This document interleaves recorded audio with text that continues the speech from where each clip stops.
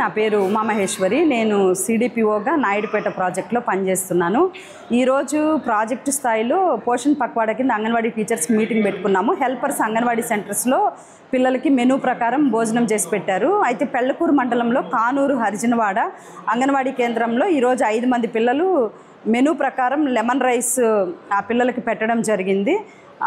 ఆయమ్మ జాగ్రత్తగానే చేశారు. అయినా కూడా పిల్లలకు వామిటింగ్ అయినందువల్ల ఇమ్మీడియట్గా సిహెచ్సి నాయుడుపేటకి మేము కూడా వచ్చి పరామర్శించడం జరిగింది. ప్రస్తుతం అయితే పిల్లలకి నిలకడగా ఉంది. 1 or 2 టైమ్స్ వామిటింగ్ అయింది వాస్తవమే. బట్ డాక్టర్స్ పీడియాట్రిషియన్ పర్యవేక్షణలోనే ఉన్నారు. పిల్లలకి ఎటువంటి ఇబ్బంది అయితే ఏమీ లేదు.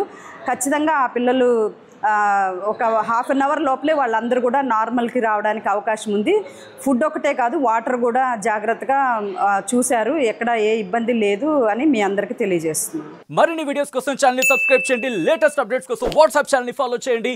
అండ్ లింక్ డిస్క్రిప్షన్ లో ఉంది.